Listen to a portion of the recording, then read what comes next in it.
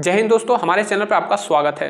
दोस्तों, आप में से कईयों का ऐसा सवाल था कि सर एसडीएम क्या होता है, तहसीलदार क्या होता है, डीडीओ कौन होता है, एसपी कौन होता है, एसएचओ कौन होता है, और बहुत से लोगों का सवाल था कि सर इनमें अंतर क्या होता है, इनको जो है हम लोग कैसे इनमें डिफरेंट करेंगे। तो मैंने बहुत से लोगों का जो है कमेंट देखा तो सोचा क्यों ना इस पर एक सेपरेट वीडियो बनाया जाए ताकि लोगों को जो है सही से जानकारी मिल जाए और उनका जो कॉन्सेप्ट है वो क्लियर हो जाए। तो अगर आप लोग भी चाहते हैं कि तहसीलदार के बारे में जाने, एसएचओ कौन होता है, वीडियो कौन होता है, सीडीओ कौन होता है, तो इस वीडियो को पूरा देखिएगा, आपको बिल्कुल सही जानकारी मिलेगी। तो चलिए हम लोग वीडियो को प्रारंभ करते हैं और पहले हम समझेंगे कि ये जो मैंने पुलिस, राजस्व और विकास लिखा है ये क्या है। तो दोस्तों देखिए, जिस तरह से हमारा देश है तो देश को ठीक से विकास किया जा सके, देश का ठीक से विकास हो सके, तो उसके लिए जो है उसको कई टुकड़ों में जो है राज्यों में डिवाइड कर दिया जाता है।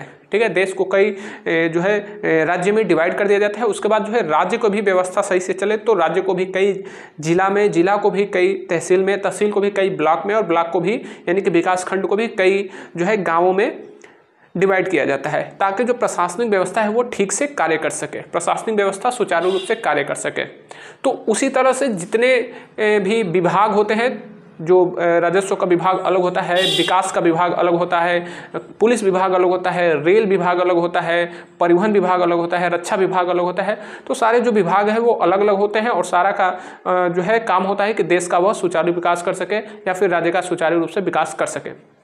तो जो तीन मुख्य विभाग है जो कि हमें अपने आसपास कहीं ना कहीं इनका जो है कार्यालय यानी कि ऑफिस दिखाई देता है, तो तीन मुख्य जो विकास है इन पे हम लोग बात करेंगे। ये मुख्य विकास मतलब कि समझिए कि पुलिस विभाग हुआ, राजस्व विभाग हुआ या फिर विकास विभाग हुआ, कहीं ना कहीं इनसे जो है हमें पर डे जो है कुछ ना कुछ सुनने को मिलता है या फिर कुछ अपना जो है इससे काम भी रहता है।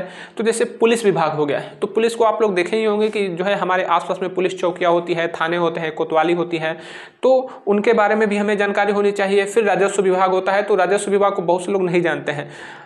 आम जो है बोलचाल की भाषा में तो तहसील जो है सब लोग जानते हैं, लेकिन तहसील को ही राजस्व विभाग जो है हैंडल करता है। तहसील जो होता है वो राजस्व संग्रह का एक कह सकते हैं कि केंद्र बिंदु होता है, ठीक है, आपके जिले में। उसके बाद जो है विकास विभाग भी होता है। लोगों को विकास विभाग के बारे में जानकारी नहीं होती, लेकिन जो सीडीओ शब्द आप लोग सुनते हैं या फिर आपने न्यूज़पेपर में पढ़ा होगा कि ये व्यक्ति जो है सीडीओ बन गया, या फिर आपके आसपास में कई लोग जब आईएएस का सिलेक्शन होता है तो उसमें कई लोग सीडीओ बन जाते हैं, तो वो सीडीओ जो है विकास विभाग से ही संबंधित अधिकारी होता है। तो चलिए हम लोग पूरा इस कॉन्सेप्ट को क्लियर करते हैं। सबसे पहले हम लोग पुलिस विभाग को समझेंगे, ठीक है, पुलिस विभाग को। तो देखिए, जो पुलिस विभाग होता है उसका सबसे बड़ा अधिकारी आपके जिले में, ठीक है, हम जिला से प्रारंभ करेंगे क्योंकि अगर पूरा राज्य स्तर तक जाएंगे तो वीडियो लंबा हो जाएगा, उसको हम कभी दूसरे वीडियो में आपको बताएंगे। तो हम लोग जिला से प्रारंभ करेंगे। तो जिले में सबसे बड़ा अधिकारी पुलिस का कौन होता है, वो होता है एसपी, ठीक है। एसपी मतलब कि सुपरिटेंडेंट ऑफ पुलिस, इसको हिंदी में हम लोग कहते हैं पुलिस अधीक्षक, ठीक है, पुलिस अधीक्षक इसको कहते हैं। तो जो एसपी होता है वो अपने जिले का सबसे बड़ा पुलिस अधिकारी होता है। एसपी जो होता है वो अपने जिले का सबसे बड़ा पुलिस अधिकारी होता है, इस बात को आप लोग ध्यान दीजिएगा।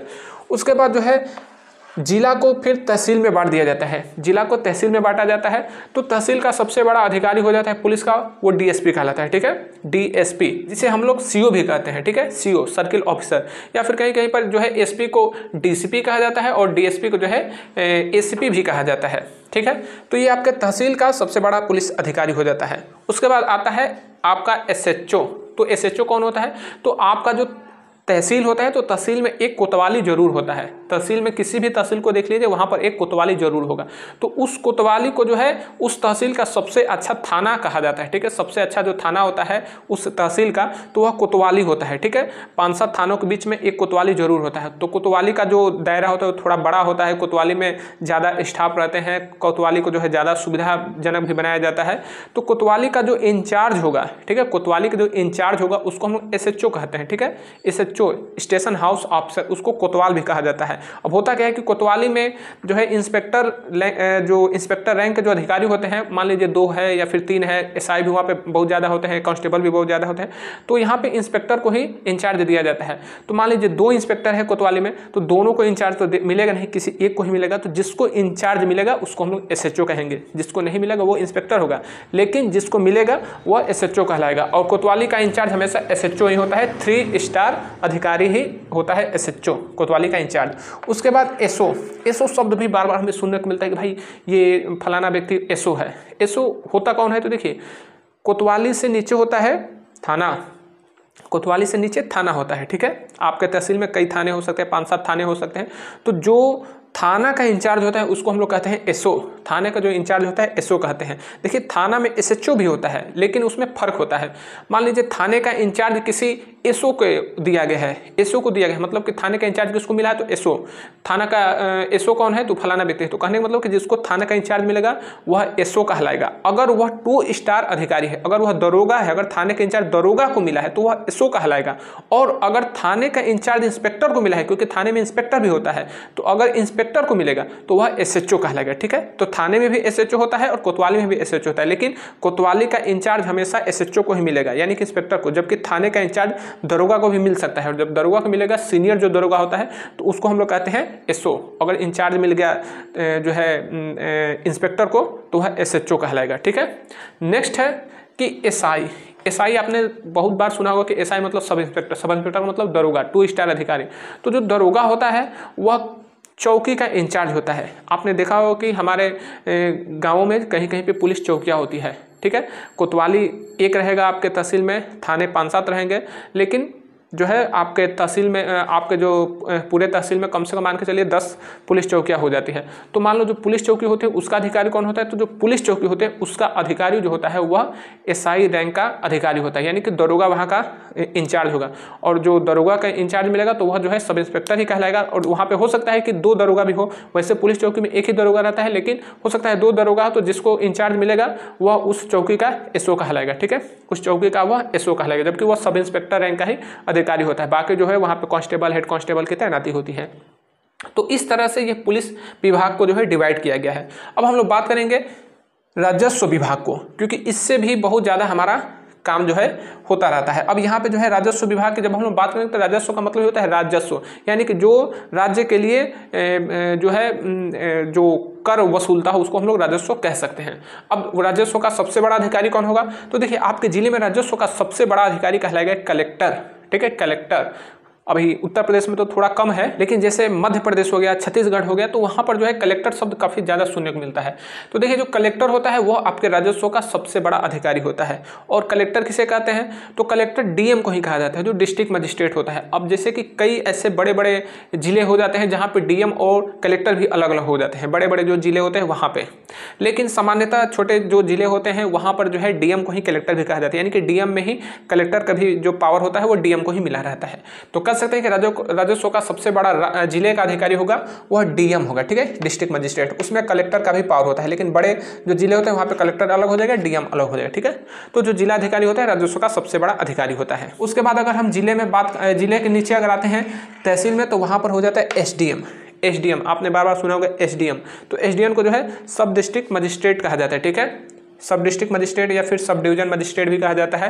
देखिए जो एसडीएम होता है वह जो आपके तहसील में सबसे बड़ा अधिकारी होता है, तहसील में सबसे बड़ा अधिकारी होता है, लेकिन उसका जो है दायरा काफ़ी बड़ा होता है। वो प्रशासन का हर तरह का जो है प्रशासन देखता है। जिस तरह से डीएम होता है, तो डीएम केवल राजस्व का सबसे बड़ा अधिकारी नहीं कहा जाएगा, वह डीएम जो है संपूर्ण जो विभाग होते हैं सबका वह बड़ा अधिकारी कहलाएगा, ठीक है। संपूर्ण विभाग जो है सबसे बड़ा अधिकारी वो डीएम ही हो जाएगा। डीएम पुलिस विभाग को भी जो है निर्देश दे सकता है, विकास विभाग को भी निर्देश दे सकता है, शिक्षा विभाग को भी निर्देश दे सकता है, स्वास्थ्य विभाग को भी निर्देश दे सकता है, यानी कि डीएम जो है पूरा ऑलराउंडर होता है।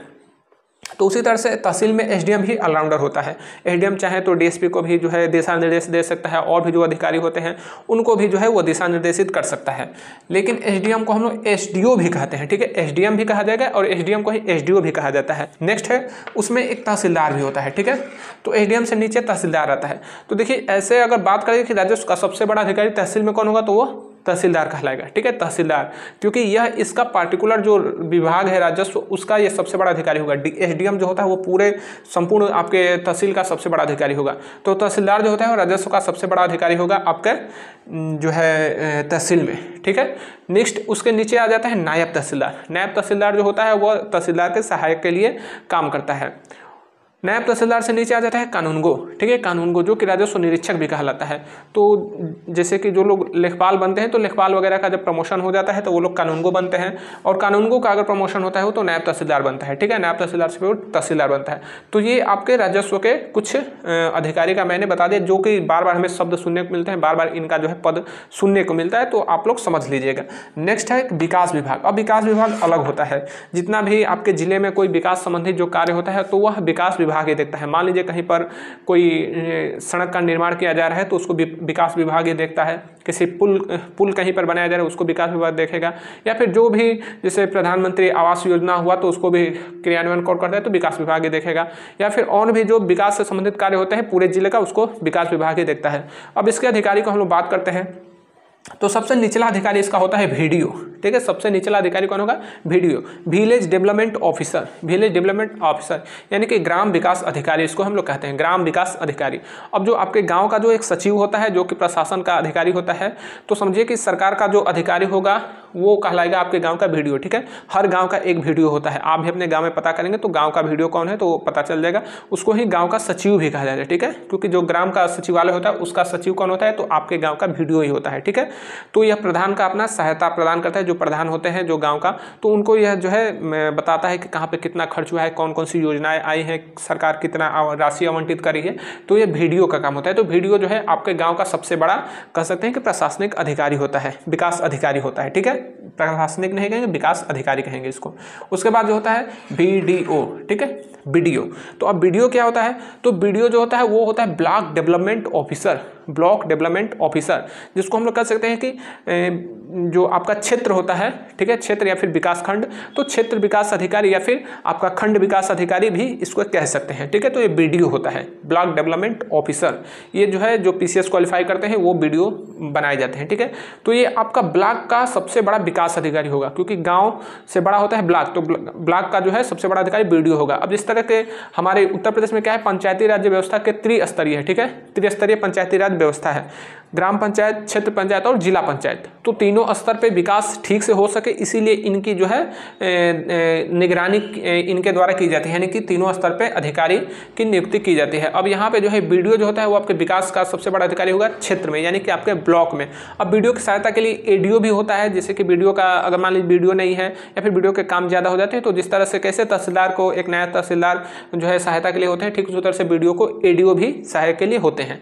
नेक्स्ट है कि BDO से ऊपर अगर आप लोग जाएंगे तहसील पे, ठीक है, तहसील, ब्लॉक से ऊपर तहसील होता है, तो तहसील स्तर पे DDO देखने को मिलता है, ठीक है, DDO, डिस्ट्रिक्ट डेवलपमेंट ऑफिसर। अब नाम तो इसका है डिस्ट्रिक्ट डेवलपमेंट ऑफिसर, लेकिन इसकी तैनाती कहाँ पे होती है तो सामान्यतः ऐसे इसको देखा जाए तो तहसीलों में भी होती है, और नहीं तो इसको जिला स्तर पे इसको तैनाती दी जाती है, ठीक है। वो डिपेंड करता है सरकार के ऊपर या फिर जो राज्य के जो जिले की प्रशासनिक व्यवस्था है उसके ऊपर डिपेंड करती है कि DDO तैनाती कहाँ पर होती है। कभी कभी इसको तहसील पे भी तैनाती दी जाती है, हर तहसील पे तो नहीं मिलेगा, लेकिन हाँ अगर मान लीजिए आपके जिले में 5 तहसील है तो हो सकता है कि 1-2 तहसील पे DDO रहेगा, अन्यथा ये आपका जिला स्तर पे भी, ये जिला स्तर पे ही ज़्यादातर DDO की तैनाती होती है, ठीक है। तो DDO का होता है डिस्ट्रिक्ट डेवलपमेंट ऑफिसर, यानी कि जिला विकास अधिकारी इसको कहते हैं, जिला विकास अधिकारी, ठीक है।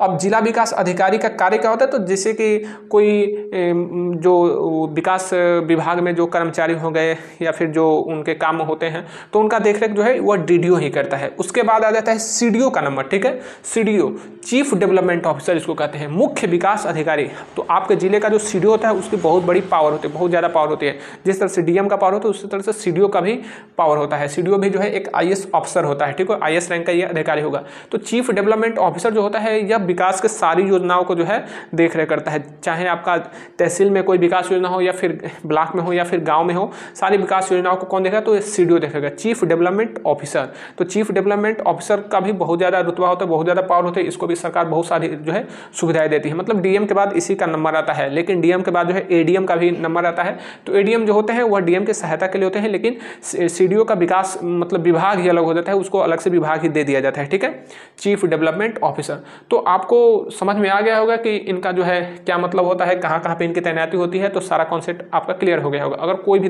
डाउट है तो आप हमारे कमेंट बॉक्स में जो है कमेंट कर सकते हैं, मैं कोशिश करूँगा कि आपको पूरा सही जानकारी मिले।